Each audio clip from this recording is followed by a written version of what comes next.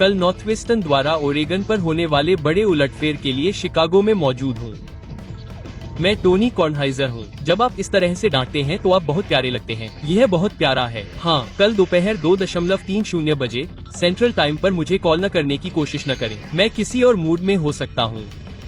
क्या आपको याद है कि पिछले हफ्ते ओरेगन ने ओक्लाहोमा स्टेट पर कितने पॉइंट बनाए थे? मुझे लगता है कि बहुत ज्यादा थे। मैंने जो पढ़ा था उसे देखा। हाँ, मुझे लगता है कि यह केवल 3 क्वार्टर में ही था। यह किस्मत थी। पीटीआई में आपका स्वागत है, लड़के और लड़कियों। आज के एपिसोड में कमांडर संघर्ष करते हैं, ईगल्स और चीफ्स सुपर बाउल रीमैच में मिलते हैं और ब्राउन सेफ्टी डेरेक हेनरी पर निशाना साधता है। लेकिन आज की शुरुआत हम कल रात ग्रीन बे पैकर्स द्वारा वाशिंगटन पर किए गए दबदबे से करते हैं। अंतिम स्कोर 27-18 था, लेकिन यह इतना करीबी नहीं था। माइकल पार्सन्स के 44 स्नैप में 8 प्रेशर और आधे सैक थे। पैकर्स वाकई अच्छे दिख रहे थे। विल्बन, ग्रीन बे के बारे में यह नतीजा आपके लिए क्या कहता है? हफ्ते में आने से पहले भी यही हुआ था, हफ्ते 1 के बाद भी यही हुआ था। अगर वे अगले कुछ हफ्तों तक अपेक्षाकृत स्वस्थ रह पाते हैं तो शायद यही होगा। मेरे हिसाब से पैकर्स एनएफसी की सबसे अच्छी टीम है। आप उन्हें फिलाडेल्फिया से बेहतर नहीं ठहरा सकते। तो ठीक है, तो एक सीमा है और वे अभी सह पसंदीदा हैं या विल्बॉम पावर इंडेक्स में सह नंबर 1 हैं। यह पैकर्स और ईगल्स हैं। और फिर एएफसी, आप जानते हैं, आप इस पर जितना चाहे बहस कर सकते हैं। वहाँ हर तरह की बातें चल रही हैं। लेकिन टोनी, कमजोरी कहाँ है? मेरा मतलब है, जब आप कल रात देखते हैं तो मुझे संदेह है कि इसने पुष्टि की है कि आपने और मैंने रविवार को घर पर लायंस और फिर कमांडर्स पर जीत के बाद पैकर्स के बारे में क्या सोचा था। ये 2 टीमें हैं जिन्होंने पिछले सीजन में 12 या उससे ज्यादा गेम जीते थे। तो वे चंप्स को नहीं हरा रहे हैं। वे घर पर हैं, लेकिन वे योग्य प्रतिद्वंद्वी हैं जिनमें से कोई भी पोस्ट सीजन में देखा जा सकता है। मुझे कोई कमजोरी नहीं दिखती। और अगर आप मीका पार्सन्स को मैदान में उतारते हैं तो उन्हें वास्तविक सैक रिकॉर्ड करने की जरूरत नहीं है। अगर वह क्वार्टरबैक पर दबाव बना रहा है और लोगों को पागल कर रहा है तो पैकर्स को ईगल्स के साथ मुझे भी खींचने के लिए इसी रक्षात्मक उत्प्रेरक की जरूरत है। ठीक है, तो हर बार इनमें से एक बूमलेट काम करता है। हर साल हर कोई अगली बड़ी चीज खोजने की कोशिश करता है, चर्चा में रहने वाली टीम।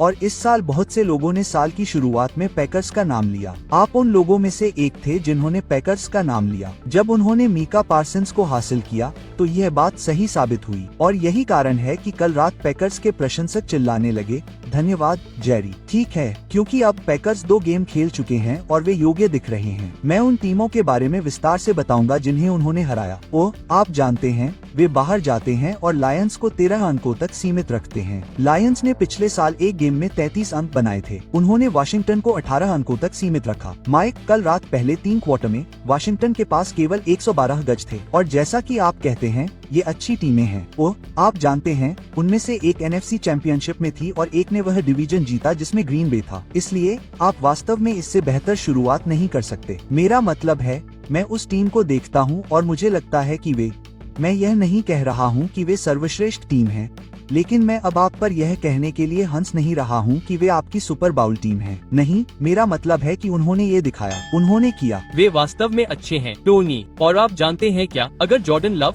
जिसे लोग एमवीपी के लिए चुन रहे हैं, जो थोड़ा बहुत ज्यादा लग रहा है, लेकिन उसने अब तक वास्तव में अच्छा खेला है, वह बहुत अच्छा नहीं रहा है। जैसे कि अगर उसके पास एक और स्तर है जो बहुत से लोग सोचते हैं कि उसके पास है। मेरा मतलब है, ये है, आप जानते हैं, मैं एक पल के लिए पार्सन्स पर वापस जाना चाहता हूँ। वह क्या है? क्योंकि पार्सन्स वहाँ एक शिकारी है और यह मुझे याद दिलाता है, और मुझे पता है कि यह आपको याद दिलाता है, यह आपको उस समय की याद दिलाता है जब पैकर्स ने 1997 में रेगी व्हाइट को खरीदा था और अगले 6 वर्षों में पैकर्स 66 और 30 थे और उन्होंने एक सुपर बाउल जीता। और अभी यह वैसा ही दिख रहा है और ऐसा ही महसूस हो रहा है। अभी शुरुआत है, घबराए नहीं, यह दूसरा गेम है, यह सही है, दूसरी चीजें होती हैं। ठीक है, चलिए टोन को कमांडर्स की ओर ले चलते हैं। जेडन डैनियल और अपराध संघर्ष और टीम ने रनिंग बैक ऑस्टिन एकलर को एक स्पष्ट अकीलीज चोट के कारण और रक्षात्मक अंत डिट्रिच वाइच को क्वाड चोट के कारण खो दिया। ये दोनों चीजें सीजन खत्म करने वाली लगती हैं। बेशक वाशिंगटन एक ऐसी टीम के खिलाफ सड़क पर था जिसे अब हम एक शीर्ष टीम के रूप में मानते हैं। टोन मत कहो, क्या तुम इस नतीजे को कमांडर्स के लिए एक ऐसी चीज मानते हो जिसे वो आसानी से भूल सकते हैं? मुझे नहीं लगता कि ये वाशिंगटन के लिए पूरे साल के लिए नुकसानदेह होगा। मैं नहीं मानता। तुम जानते हो, मैं कल यहाँ बैठा था और मैंने तुमसे कहा था कि मुझे नहीं लगता कि वाशिंगटन ये गेम जीतने जा रहा है ना? तुम जानते हो, वाशिंगटन ने पहले गेम में जिस टीम को हराया था, जायंट्स, वो ग्रीन बे की टीम जितनी अच्छी नहीं थी, जो कि डेट्रॉइट थी। उसके बाद ग्रीन बे घर पर थी और ये एक छोटा हफ्ता था। आज गुरुवार है, तो मेहमान टीम, बाहर खेलने वाली टीम को इस गेम की तैयारी के लिए सिर्फ एक दिन का अभ्यास मिल सकता है। इसलिए मुझे लगा कि उनके लिए सब कुछ ठीक है। मैं फिर से कहता हूँ, मैं नहीं, मुझे अपने नोट्स देखने दो। एकला की चोट दुख देती है। कल रात सबसे ज्यादा दुख ग्रीन बे के वाशिंगटन की आक्रामक लाइन पर हावी होने का था। लेकिन फिर से मुझे नहीं पता कि इसका दीर्घकालिक असर होगा या नहीं, और मैं आपको बताता हूँ क्यों। क्योंकि यह उस तरह की हार नहीं थी जो बाल्टीमोर को बफेलो में मिली थी जब वे चौथे क्वार्टर में हार गए थे, या उस तरह की हार नहीं थी जो आपके बीएस को मिली थी जब वे चौथे क्वार्टर में हार गए थे। यह एक वैध हार थी। मुझे लगता है कि आपको उठ खड़ा होना चाहिए, खुद को साफ करना चाहिए और भविष्य में प्लेऑफ में एक और मौका पाने की उम्मीद करनी चाहिए। लेकिन मुझे नहीं लगता कि यह विनाशकारी है। मैं आपसे पूरी तरह सहमत हूँ। विनाशकारी तभी होता है जब आप दो ऐसे खिलाड़ियों को खो देते हैं जिन पर आप निर्भर रहना चाहते हैं और सीजन खत्म करने वाली चोटों के कारण, और उन जगहों पर उनकी कुछ गहराई है, लेकिन वे पहले ही एक रनिंग बैक का व्यापार कर चुके हैं। इसलिए मुझे नहीं पता कि यह कैसे काम करने वाला है। लेकिन टोनी, नहीं, मैं आपसे सहमत हूँ। आप इसे शेड्यूल पर देखें, और यहाँ तक कि कोच भी, वे हमें नहीं बताने जा रहे हैं। खैर, वे हमें पुराने दिनों में ऑफ द रिकॉर्ड बताते थे। आप सुबह 2 बजे कोच के साथ बैठे होंगे और वे कहेंगे, देखिए, कुछ हार हैं जो मुझे याद हैं जब मैंने पहली बार कोच से यह सुना था, यह एक शेड्यूल लॉस है। और आप इसे एनबीए के संदर्भ में अधिक सोचते हैं, लेकिन एनएफएल में भी ऐसा ही होता है, क्योंकि अब आपको गुरुवार को ये बेवकूफी भरे खेल मिलते हैं जो कि उत्पाद पर पक होते हैं, क्योंकि वे आमतौर पर भयानक होते हैं। मुझे लगता है कि वे अच्छे हैं। अंकल बिग, यह एक इवेंट है। उत्पाद बकवास है, लेकिन कमांडर इसे देखकर कह सकते हैं, देखो, हम यहाँ काम पर वापस जाने वाले हैं। यह कोई डिवीजन गेम नहीं है, यह हमारा डिवीजन है। यह हमें लंबे समय तक पैकर्स पर निशाना साधने का मौका देता है। मैं तुम्हारे साथ हूँ। तुम उठो, अपने आप को साफ करो, काम पर वापस जाओ। चलो, वाशिंगटन टीम के बारे में पागल मत हो। मुझे पता है कि उन्होंने पिछले साल बहुत अच्छा किया था। उससे पहले के साल में वे 4 और 13 थे, और किसी को नहीं पता था कि जेडन डैनियल इतने अच्छे होंगे, इसलिए शायद वे थोड़ा वापस धरती पर आ जाएं। हालांकि शेड्यूल में अगले 2 गेम, मेरा मानना है, रेडर्स के घर पर और फिर फाल्कन्स के साथ हैं, और वे जीतने योग्य गेम हैं। वे जीतने योग्य गेम हैं। तो हम देखेंगे कि क्या इसका दीर्घकालिक प्रभाव पड़ता है। आइए अब इस सप्ताहांत के बोर्ड पर सबसे बड़े गेम की ओर बढ़ते हैं। पिछले साल के सुपर बाउल, फिलाडेल्फिया और कैंसस सिटी का रीमैच। 1 और 0 ईगल्स 0 और 1 चीफ्स के लिए सड़क पर जाते हैं। अब हम जानते हैं कि मैं पिछले 35 सालों में 0 और 2 से शुरू होने वाली टीमों के प्लेऑफ में पहुंचने की संभावना केवल 12% होती है। तो विल, क्या यह गेम चीफ्स के लिए एक बड़ी बात है, छोटी बात है, या कोई बात ही नहीं है? टोनी, जब मैंने पहली बार इस पर विचार किया था तो मैंने अपनी सोच बदल ली थी। छोटी बात से मध्यम बात, बड़ी बात। 12% की संख्या के कारण नहीं, जो कि एक तथ्य है, बल्कि इसलिए क्योंकि कैंसस सिटी, आप जानते हैं, एक बिंदु है, एक ऐसा मोड़ आता है, यहाँ तक कि उन चैंपियनशिप टीमों के लिए भी जो लंबे समय से साथ हैं, जहाँ चोटें बढ़ती हैं, लोग बूढ़े होते हैं और प्रदर्शन अच्छा नहीं होता। हम यह हर खेल में देखते हैं। खिड़की केवल कुछ समय के लिए खुली रहती है। यह 50 के दशक में यांकीज जैसा नहीं है। यह वैसा नहीं है। आप जानते हैं, आप फ्री एजेंट खो देते हैं, लोग आते हैं, लोग चले जाते हैं, वे बहुत अधिक संतुष्ट हो जाते हैं, वे उस स्तर का प्रदर्शन नहीं करते जिसके लिए आप उन्हें भुगतान कर रहे हैं, और आप सोचते हैं कि क्या कैंसस सिटी की खिड़की, मैं यह कहने वाला नहीं हूँ, यह बंद है, लेकिन शायद यह थोड़ा और करीब आ रहा है, और वे इसे जानते हैं। उनकी टीमें अपनी मृत्यु दर को जानती हैं, या वे कब उसके करीब पहुंच रही हैं। इसलिए चीफ्स एक ऐसे अपराध के साथ 0 और 2 पर नहीं जाना चाहते हैं जो अभी विशेष रूप से शक्तिशाली नहीं लग रहा है, जिसमें घायल खिलाड़ी हैं और हम नहीं जानते कि वे कब वापस आने वाले हैं। लोग बस कहते हैं, ओह, टायरेक हिल को वापस ट्रेड किया जाएगा। हमें यह कैसे पता चला? मुझे लगता है कि यह एक बड़ी बात बनती जा रही है।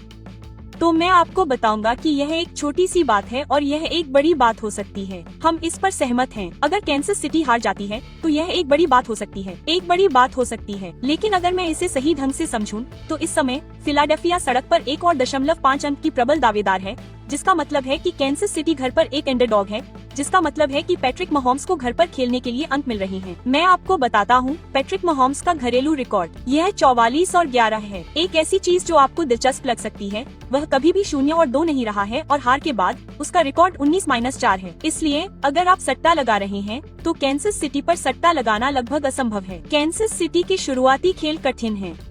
चार्जर्स अच्छे हैं और वह खेल ब्राजील में था, जो कि अजीब है। आप आपको चौका देता है। फिलाडेल्फिया ने सुपर बाउल में उन्हें आराम से हराया था। बाउल, और जैसा कि आप कहते हैं, कैंसस सिटी के लिए कुछ आक्रामक टुकड़े गायब हैं। तो मैं वास्तव में देख सकता हूँ, माइक, मैं उन्हें हारते हुए देख सकता हूँ। लेकिन मैं यह भी कहूँगा कि अगर एनएफएल में कोई एक टीम है जो 0-2 पर जाकर प्लेऑफ में पहुँच सकती है, तो वह कैंसस सिटी है, सिर्फ मांसपेशियों की याददाश्त के आधार पर। मुझे ऐसा लगता है कि मैं उन्हें 0-2 पर कभी भी खारिज नहीं करूंगा, कभी नहीं। मैं ऐसा नहीं करूंगा, नहीं नहीं नहीं, उन्हें बिल्कुल भी खारिज नहीं कर रहा हूँ। मुझे उम्मीद है कि वे ये गेम जीतेंगे। मुझे उम्मीद है और हो सकता है कि इससे उन्हें बहुत कुछ झेलना पड़े। अगले 3 या 4 गेम के लिए उन्हें बहुत कुछ झेलना पड़े, लेकिन मुझे लगता है कि चीफ्स इस हफ्ते चैंपियनशिप के लिए अपनी ताकत दिखाएंगे।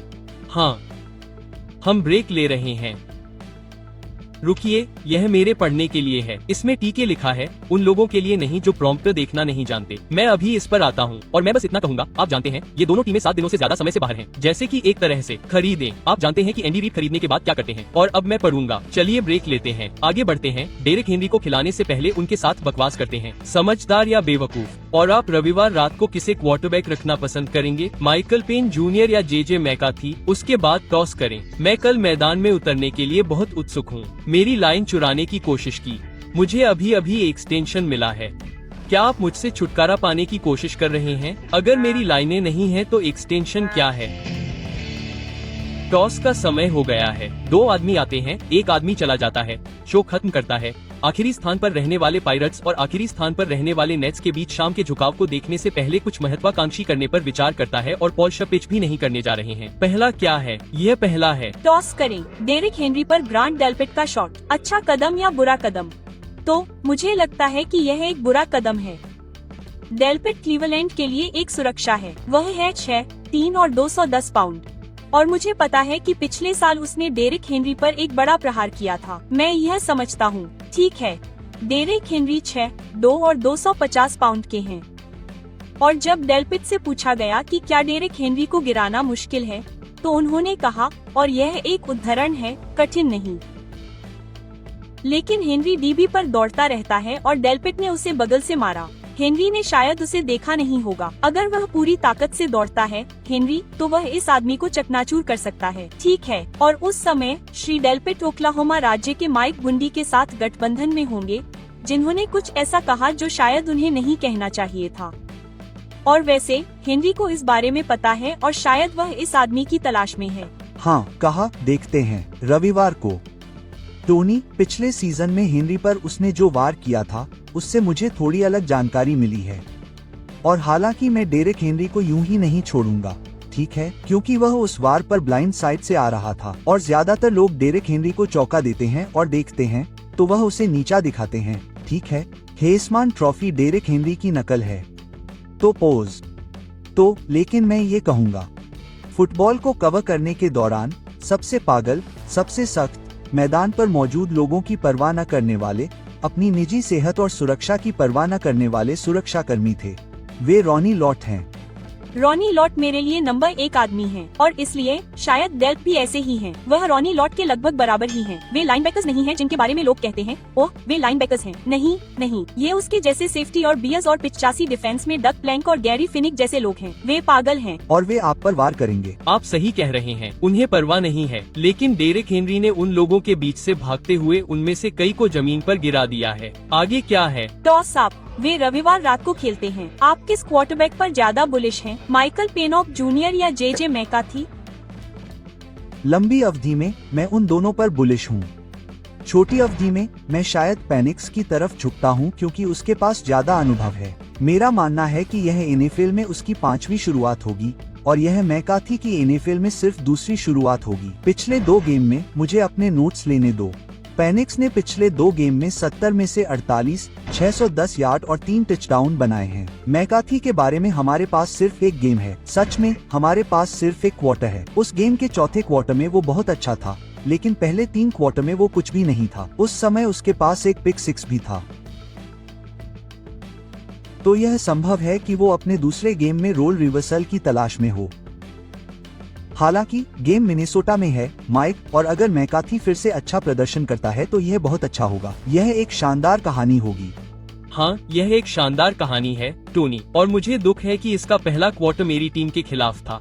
लेकिन मुझे लगता है कि यह वास्तव में मैकाथी है। जानते हो क्या, मैं अभी तक उन दोनों में से किसी पर भी बुलिश नहीं हूँ। मैं उस व्यक्ति के एक हफ्ते बाद किसी पर भी बुलिश नहीं हूँ। इस हफ्ते मैं किसे देखने के लिए ज्यादा उत्सुक हूँ?